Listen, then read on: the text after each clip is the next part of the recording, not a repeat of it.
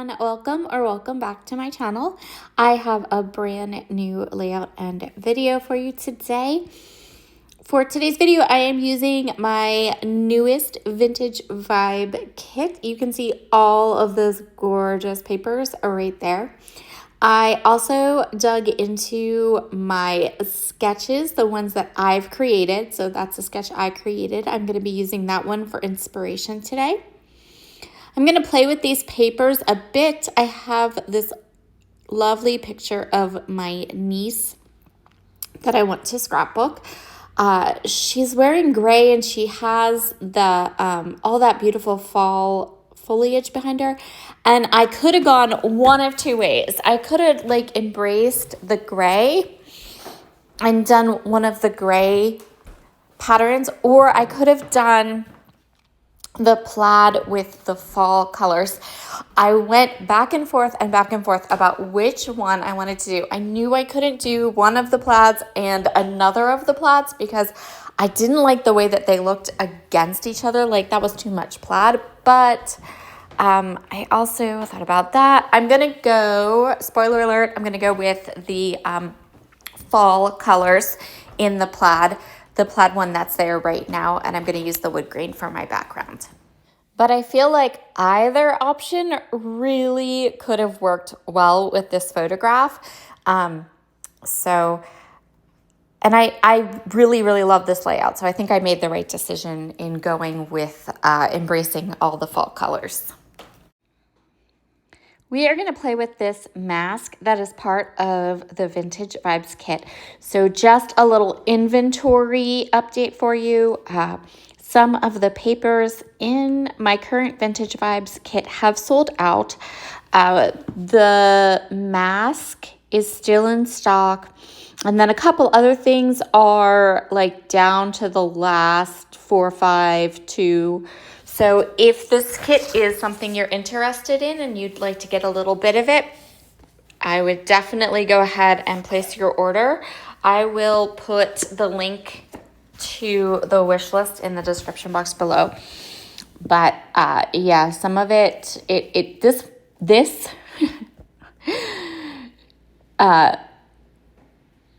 kit went fast, which I am eternally grateful to all of you for, because it means that I can go ahead and do another kit. I am using the mask that is part of my Vintage Vibes kit and doing a little ink blending with it. This mask that I'm using, or stencil, is called Holly Frame, but I truly believe it is completely versatile enough that you can use it for different seasons just by mixing up the colors. So I am using some of Simon Hurley's brand new Stellar ink colors. The Check Engine is the orange, and then the brown is the Weeping Willow, which is an older line, which is an older color from Simon Hurley's Stellar inks. I love these Stellar inks. I love them as much as I love my Catherine Puller inks. They're beautiful, beautiful, saturated, really nice colors. I cannot say enough good things about them. And they have that lovely foam pad, which I adore. So I created this little bit of ink blending around my photograph where my photo is going to be, so behind, and then I'm coming back in with the mask or stencil, and I am also doing a little bit of the stenciling in the upper left hand corner, and that is going to kind of frame where I'm going to stamp my title for today. Yep, we're going to stamp today. So once I have the stenciling done, I am coming back in with the brushes. I am not adding any more ink to the brushes, and I am simply just smudging the edges.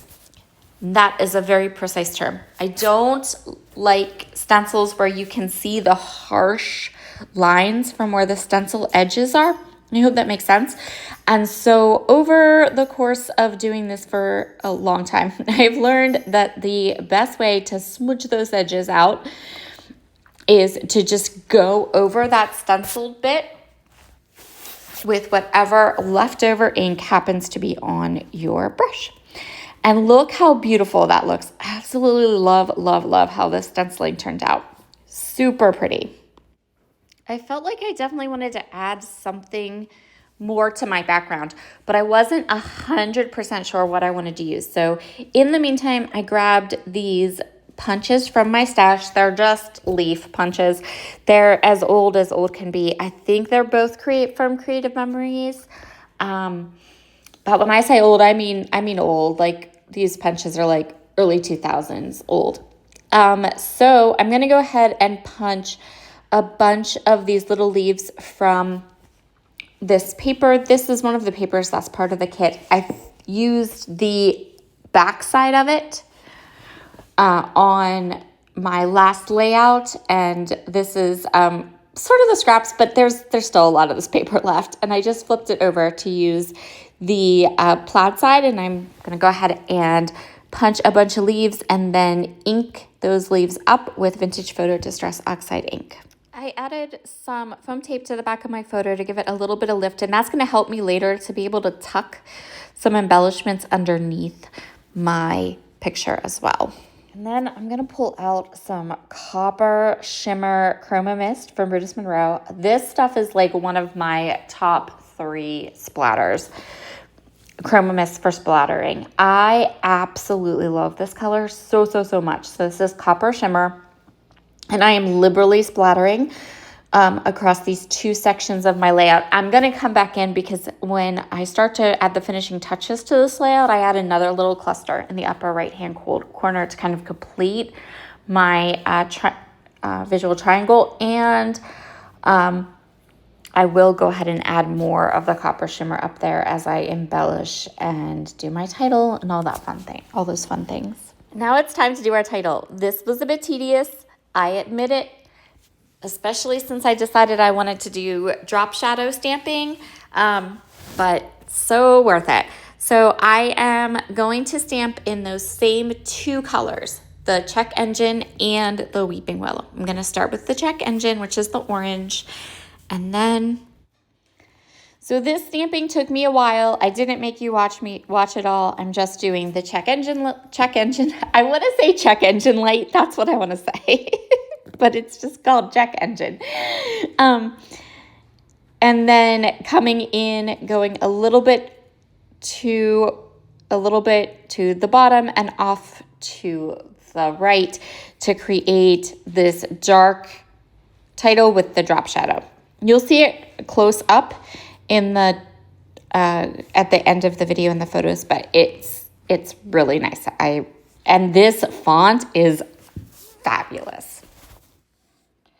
So now I'm going to go ahead, I'm going to add little clusters, pair some of the clear stickers and some of the layered stickers and the phrase stickers from the Bo Bunny Brighton collection that is in this kit, and I'm going to cluster them up into some different sections. What's really nice is that because I used this wood green paper, and initially when I used the wood green paper for my background, it's because I really liked it. It was kind of warm and just it had the tones that I really liked. But then added bonus, I can layer up some of the clear stickers on top of this wood green paper, and it doesn't change the color of the stickers. It almost acts very similar to the white cardstock, so I really like that. Cut one of the frames on the clear sticker sheet to create these 2 little areas, and then I can kind of fill in that area with some more embellishments. And I really like these 2. I'm also going to use this cute one of the layered stickers. So here's a little bit of behind the scenes for you, because I'm never ever going to get this voiceover finished. Like, I am never going to get this voiceover finished. We have a wind advisory here today. So it's really windy outside. And it's blowing. For those of you that don't know, I live in a house that is 106 years old. It was built in 1920. And so when the wind blows real hard, it kind of like, rattles the windows a little bit, rattles. Every time the wind blows and rattles, Fitz needs to bark. He needs to bark his little head off because the house is rattling. I am never going to get this voiceover. I don't know when this video is going to go up because honestly, I can do this voiceover in 3 words at a time, maybe. So back to the layout. I decided I needed that third little cluster in the upper right-hand corner. And again, just the leaves, one of those chipboard shapes, some of the clear stickers from the kit to create this kind of fun little cluster. And then I'm going to see a mistake that I need to fix. So I don't know why, but for me, I start to work on these layouts, and sometimes I kind of lose my space, lose the spacing on my layout. So in this instance, I'm looking at this and I'm like, there's a lot of room at the bottom, right? There's just this whole area of room. First, I'm going to add more of the copper shimmer. So I love where the 3 clusters are, and I love how they're kind of interacting with each other, right? But there's this whole empty area at the bottom. I don't know why I do this, but over the years, I have the quickest, easiest fix for this, and I'm going to show it to you right now. I am going to grab the branding strip,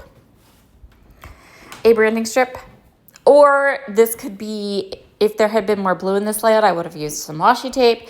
And I'm just going to put that right across the bottom just to finish off that bottom piece because I don't know what it is, but sometimes I do it more towards the bottom. So I'll cluster everything at the bottom and love it. And then I'll be like, oh, wait, there's all this empty space at the top. Anyway, so I just added a branding strip to the bottom to finish it off. And here is the layout. Thank you so much for joining me today. I would love it if you could drop an emoji in the comments, hit that like button, and I will see you again very soon. Bye.